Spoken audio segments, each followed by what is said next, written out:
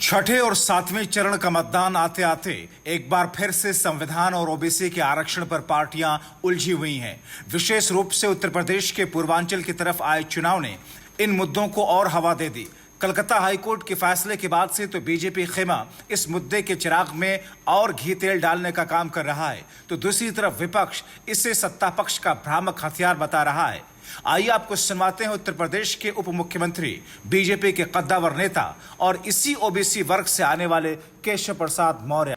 OBC के प्रमाण पत्र विशेष तौर से घुसपैठियों को दिए गए बना करके, मुसलमानों को दिए गए, वह निश्चित तौर से ओबीसी के सीने पर खंजर भोंकने के समान है और इसे किसी भी कीमत पर सहन नहीं किया जा सकता है।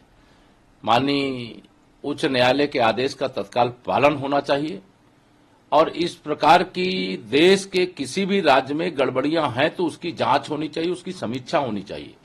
उत्तर प्रदेश में भी इसकी व्यापक समीक्षा करने का काम करेंगे। हालांकि केशव प्रसाद मौर्य से पहले मुख्यमंत्री योगी आदित्यनाथ इस मुद्दे पर विपक्ष को घेरने के साथ साथ चेतावनी भी दे चुके हैं, मगर ओबीसी वर्ग से आने वाले यूपी के नायब मुखिया इसे ओबीसी के सीने में खंजर बता रहे हैं। हालांकि सिर्फ ओबीसी पर आरक्षण का वाहिद ऐसा मुद्दा नहीं है जिस पर खूब गर्मागर्मी देखने को मिल रही है। शुरुआती चरणों में संविधान खत्म करने वाले और संविधान को पूर्ण रूप से बदल देने वाला मुद्दा एक बार फिर से गर्मा गया। संविधान बदलने की बात छठे और सातवें चरण के मतदान के बीच खूब हो रही है। अब इस मुद्दे पर उत्तर प्रदेश के मुख्यमंत्री योगी आदित्यनाथ के गिरि जनपद गोरखपुर से सांसद रवि किशन क्या कहते हैं, उनको सुनिए। संविधान प्रधानमंत्री मोदी जी के सबसे दिल के करीब डॉक्टर बाबा साहब आम्बेडकर हैं। एक बार जरा हाथ ऊपर उठाइए।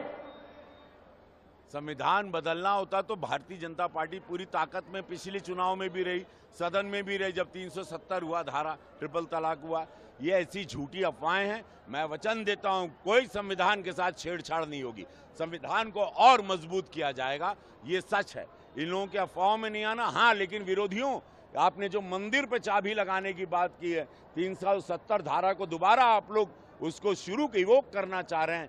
आपके मंसूबों पे पानी फिरेगा। 4 जून को देश की जनता आपको जवाब देने के लिए तैयार है। बहरहाल छठे चरण के मतदान के लिए लोग लाइनों में खड़े हैं, लेकिन उनके जहन में उनके अपने बेशुमार ऐसे मुद्दे हैं जो लाइन लगाए खड़े हैं। अब वोटर किन मुद्दों पर फोकस करते हुए वोट करते हैं, देखना अहम होगा।